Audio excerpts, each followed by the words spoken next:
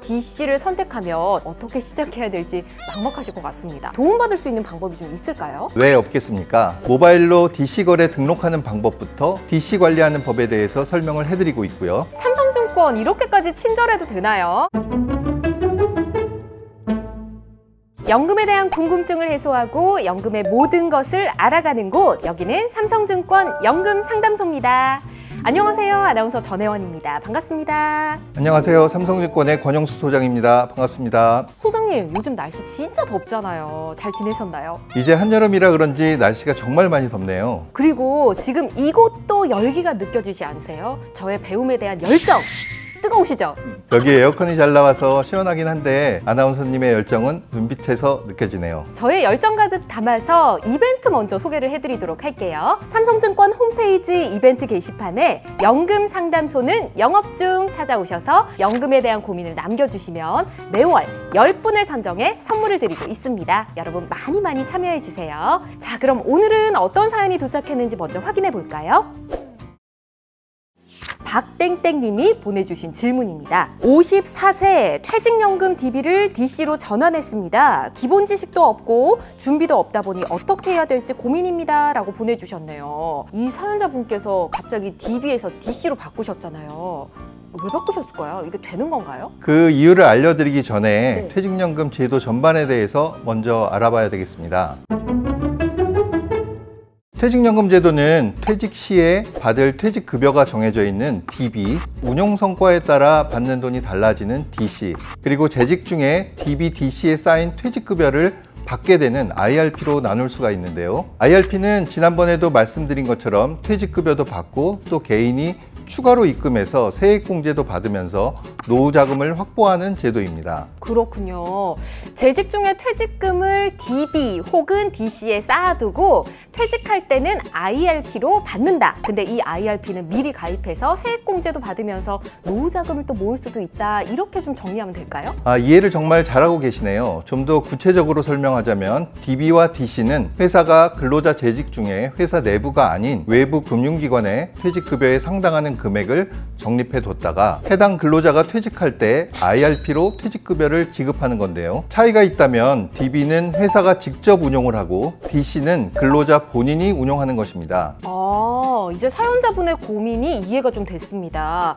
이전에는 이 퇴직급여를 회사에서 운용을 해주다가 이제는 직접 운용해야 되기 때문에 좀 두려움이 생기신 것 같아요. 조금 더 자세하게 설명을 드리면요. DB는 근로자 퇴직 시점에 평균 임금 31분, 그러니까 대략 한 달치 평균 급여에 재직 연수만큼 곱한 값을 퇴직 시에 받는 형태입니다. 퇴직 시점에 퇴직 급여가 확정되어 있기 때문에 근로자 본인이 평소에는 관심을 가질 필요가 없는 거죠. DC는 가입자가 운용해서 DB만큼의 퇴직금을 받을 수 있는 제도인데 회사는 매년 근로자의 연간 임금 총액에서 약 12분의 1, 한 달치에 해당하는 금액을 근로자의 DC 계좌에 넣어주게 되고 근로자는 이 금액을 DC 계좌에서 운용하게 됩니다. 자, 그럼 퇴직연금 제도에서 DB와 DC 중 어떤 걸 선택하는 게 좋을까요? 아무래도 받으시는 분의 상황에 따라서 다를 텐데요. DB는 최종 퇴직 시점의 급여가 전체 퇴직급여에 영향을 미치게 되기 때문에 최종 퇴직 시점 급여가 높아야지 유리하게 되고요. DC는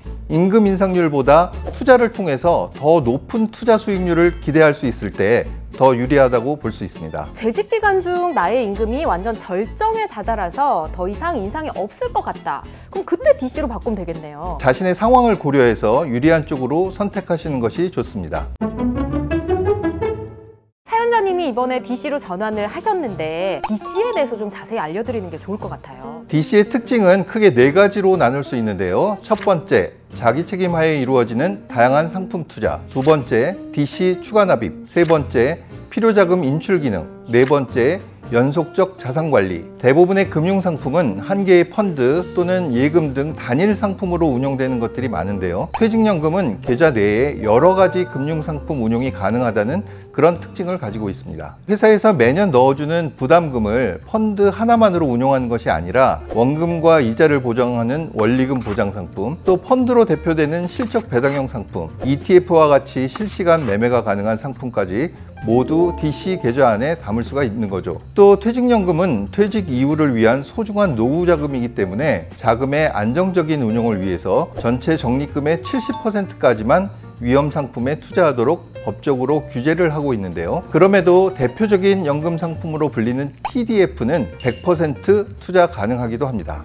이전에 IRP 다룰 때 저희가 소개했던 내용하고 비슷한 것 같은데요? 네, 맞습니다. DC와 IRP는 같은 퇴직연금 제도 하에서 동일한 상품 운용 제도를 적용받고 있습니다. 그렇다면 이 퇴직연금도 지난 시간에 알려드렸던 것처럼 100% 투자 가능 상품 그리고 70% 투자 제한이 있는 상품 고려해서 투자를 하시면 좋을 것 같습니다. 자, 이제 두 번째 특징에 대해서 알아볼까요? 세액공제 목적 등으로 개인 납입이 가능하다. DC 계좌는 본인이 운용하는 연금 계좌이기 때문에 연말정산 목적으로 개인이 추가 입금이 가능하고요. DC, IRP, 연금저축 합산해서 연간 1,800만 원 한도로 납입이 가능하고요. 연 700만 원 한도 세액공제에 DC 계좌 납입금도 포함이 됩니다.